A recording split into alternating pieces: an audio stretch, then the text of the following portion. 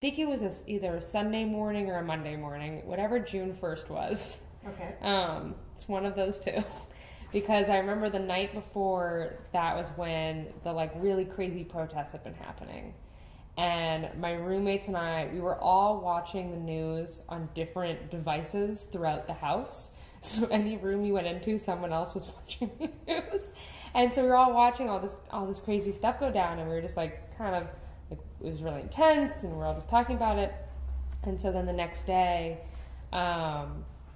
we were just all full of that energy of like something's happening, but like we can't see it. We're not like next to it because like from our house we can't see anything, but we just know that all the stuff is happening. So I got this gut feeling, and I was just like, I'm just gonna go. I want to go look at downtown. I was like, I want to go see what has happened, and I had no idea what I was gonna do, so, or like what it was gonna be like. So I didn't even park in downtown. Like I was like convinced, I was like, what if everything's crazy and I can't get my car up? So I parked on the east side, walked across the river, and then walked into downtown. At first it was normal, and then the closer I got to the Apple store, really, which I didn't really realize was just like, the closer I got to Pioneer Square, the kind of epicenter, the more boarded up everything was. And by the time I got into kind of where the protests ended up happening later, everything was just plywood.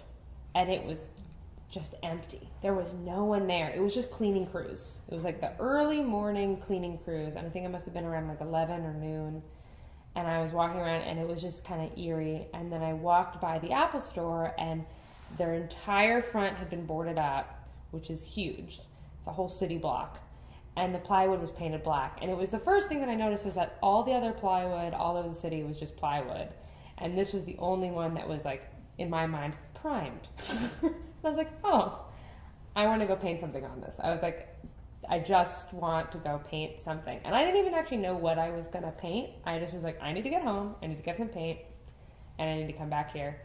And I just grabbed whatever paint I had that was closest. Like there wasn't a lot of thought on it. I actually, I got anything that if I had to run away and leave it, I could leave it and I wouldn't miss it.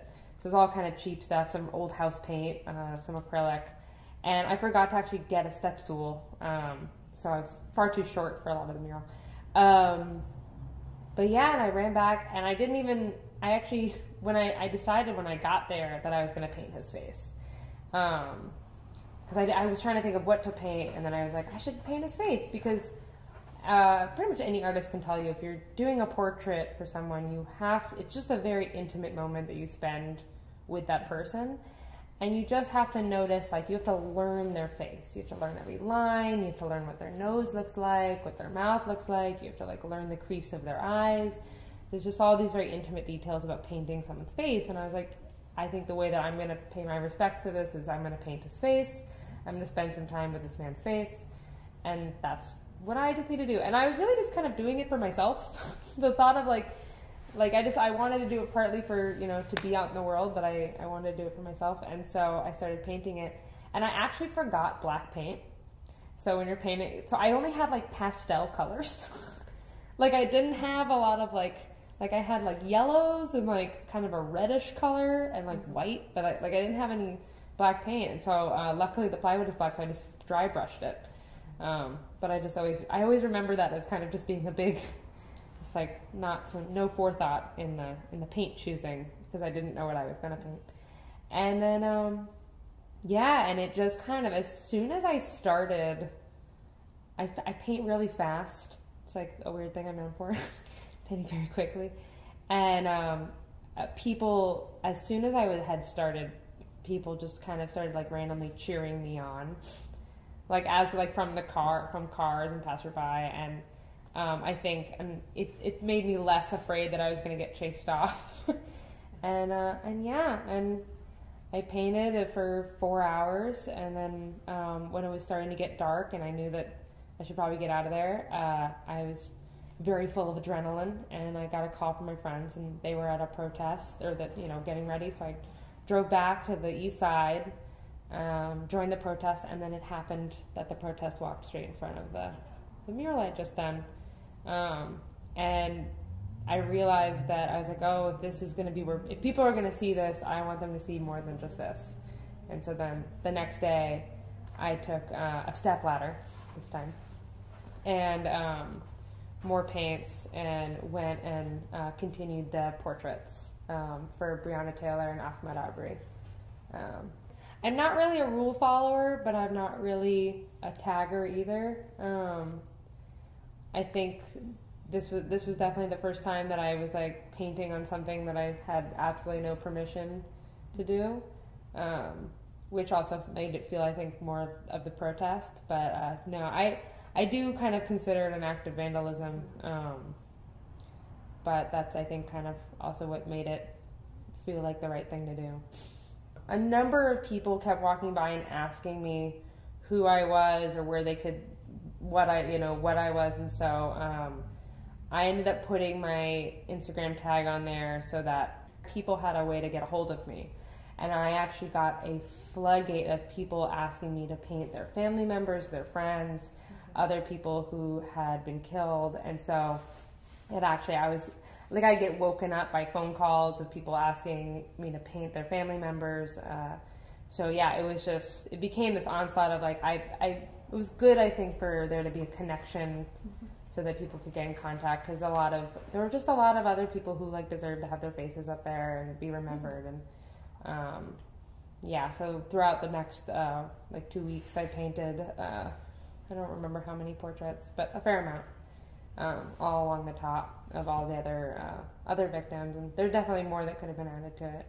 I think there's a lot of people assumed I was a commissioned artist, and I think I had to keep coming back to tell them that I was not, because I think there was like, people were like, oh, Apple's just using this for marketing, or there's all this kind of stuff around that. And I kept having to be like, no. That's kind of why I called it vandalism, where I was like, no, this is just a bunch of, because after a while, it wasn't just me. Like within a few days, dozens of artists showed up, and that's, just started covering all the plywood at different, I actually said in a news interview, I was like, other businesses should start painting their plywood black. I was like, if they want there to be artwork on them, they should paint their plywood. And within a couple days, the stores all surrounding all painted their plywood back. And so, yeah, I think that it just kind of kicked it off. And I think, honestly, what I did for a lot of it, I think I opened the door for protest art and for a lot of that happening. And I kind of signed the permission slip that people were not going to get hurt or arrested for doing artwork on these buildings. And then I actually stepped away. And I wanted the voice of all the other artists to kind of stay true. I didn't want to keep the spotlight. I was like, I started it, and I can be a connection. And after a couple weeks, I was like, and I want all these other artists to really have their voice heard. And yeah, so I think I just helped open the door to that.